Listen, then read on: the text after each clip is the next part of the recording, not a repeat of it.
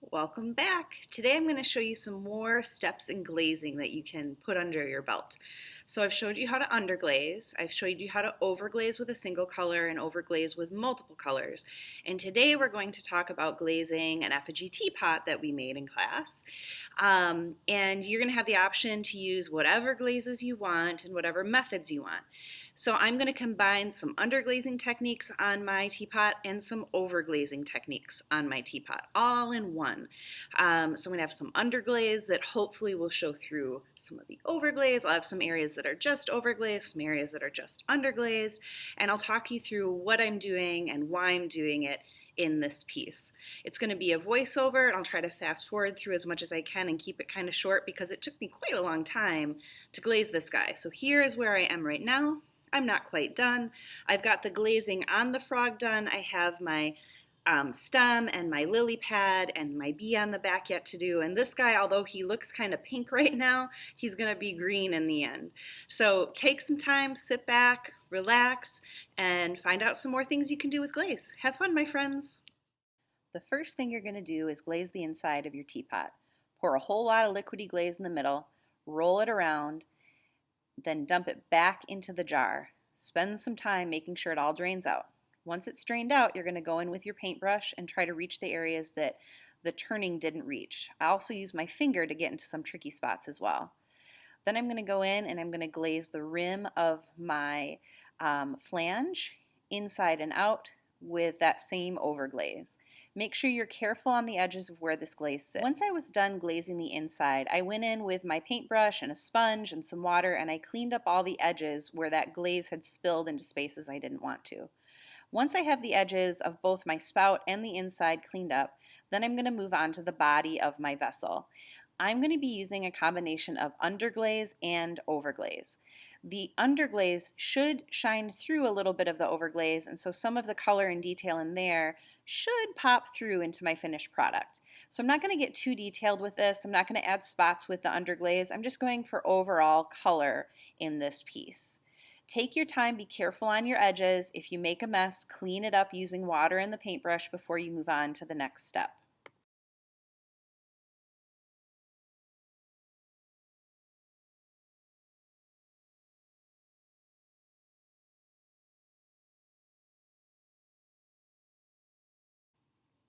All right, I've underglazed the whole piece in the colors that I want. And now what I'm doing is I'm going in with a black overglaze to add the spots on my frog. I'm doing 2 coats. I'm trying to be careful and not get this where I don't want it. I'm just keeping it in the zone where the spots go. I'm going to take my time on this and make sure that I've got those located where I want them. Once I'm done with putting in the spots, then comes the tricky part. Then I need to start adding my overglaze, and that's where I'm going here. So I'm filling in a green overglaze around the spots. And if you look at my paintbrush, I'm using a very small paintbrush so I can get detailed. If you remember with overglaze, we don't want to overlap 2 different overglazes because where they overlap, you're going to get some weird color happening. So make sure that you use the right size brush for whatever step you're on. If you're covering a large textural area with one color, use a big stiff brush. If you're doing small detail work like this, use a smaller brush that can get you in the spaces that you need to be in. And of course, as I'm overglazing, I'm being really careful not to get this overglaze on parts of my vessel where it doesn't belong. So the lily pad is going to have a different color. Therefore, I don't want to get this glaze on those different parts of my lily pad. I'm going to be careful not to get it in the lower sections, but I want to make sure I also get full coverage. There you saw me use a dental tool to scrape off glaze where it had gotten on parts I don't want it. Once I finish doing 2 coats of glaze on the whole vessel, on the whole body of the vessel, I'm going in with another color of overglaze on my lily pad. And if you'll note on my lily pad, I didn't put an underglaze. I'm just going straight in with the overglaze here. Again, I'm using a little brush so that I can get detailed into areas. You want to make sure that you're pressing glaze into all the cracks and crevices of your piece as well. There I was using the dental tool again to scrape off glaze where I didn't want it. That works better than a brush if you don't want to redo a whole area. Now I'm coming around and I'm glazing the bottom of this vessel. And you might say, Miss Sabo, you said don't glaze the bottom of things. Well, with our teapot, we want to have glaze on the bottom.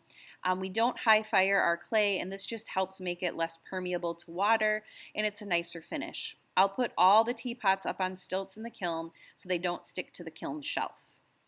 And I'm continuing that overglaze that I used on the lily pad up the stem of my flower and just kind of making sure that everything's carefully done. When I'm done with this color, I'll take a careful look at the whole teapot and I'll scrape off or brush off any glaze where it doesn't belong. When that is done, I'm going to start adding glaze to the final pieces of this teapot, which is the flower and the bumblebee. I'm also touching up any areas that I think could use another coat or just need a cleaned up edge.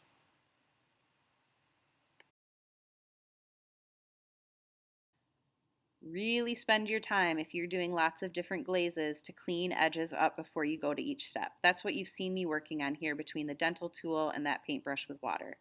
Now I'm going in with black underglaze on my bumblebee, and I will go in then in a while too with yellow underglaze, and then I'm just going to do a clear coat on that because I don't want the yellow or the black to bleed into each other, and if I use underglaze, that helps me with that step.